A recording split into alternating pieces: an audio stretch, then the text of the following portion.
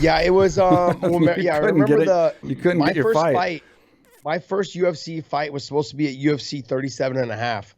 And I was Jesus 1 week Christ. away on my very last sparring session, and Frank Shamrock elbowed me. I Elbows. had Frank against the I ropes was and was there. trying to take him down. And he spear-elbowed me right in my spine, Yeah. and it activated my sciatica. And I got to tell you, man, I couldn't walk for like almost 2 weeks because I fucked my back up.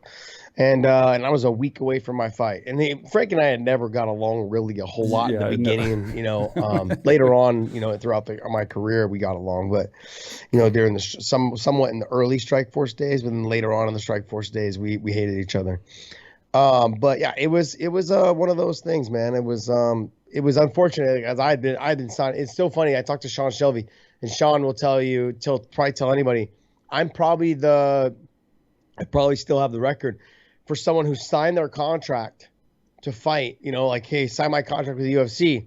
I didn't fight for almost a year and a half because I signed my contract with the UFC right the same day that the same night we had the Shogun fights in Hawaii. So I fought in Shogun, which is a Sean Shelby promotion with his ex-wife, Helen.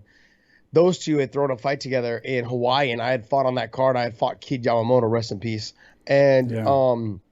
And that fight got me signed by Dana White in the hotel lobby of the Ala Moana Hotel in Hawaii that night. And it was almost a year and a half. I want to say it was like more than a year and a half, 18 months or something like that up until my first fight, because I got hurt like 2 or 3 times leading into that. And Sean will tell you, he's the person who signed their fight contract and then didn't fight for like almost 2 years after we had signed him because he just kept getting injured. It's like the longest tenure or whatever of someone who just signed a contract and never fought for us.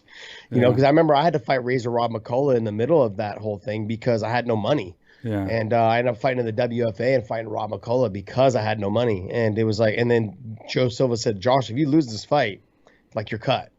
And so I was really playing with fire. And I had taken a bunch of small little low level shows, with all of us in Idaho. I remember, like, it would be me, you, other guys that would go up there and fight in these other shows. Bobby, I think, had fought. I know Trevor had fought a couple times. You, myself, somebody else, a couple other guys had fought at the time. In these other Idaho shows. But that's how I was able to nickel and dime my way through my earlier part of my career, especially when I was in the UFC, because no one wanted to lose the opportunity of fighting in the UFC. Oh, it's the UFC. Yeah. But they weren't really paying a whole lot. Yeah. I try to tell people, I'm like, my fight with Yves Edwards should have been for the lightweight title, and I only made $8,000. Wow. It's ridiculous. I was supposed to make 8 and 8, and I lost. So that was supposed to be for the title, and I only made $8,000. It was just a horrible, horrible contract. But at the time, it was like you were excited to be there.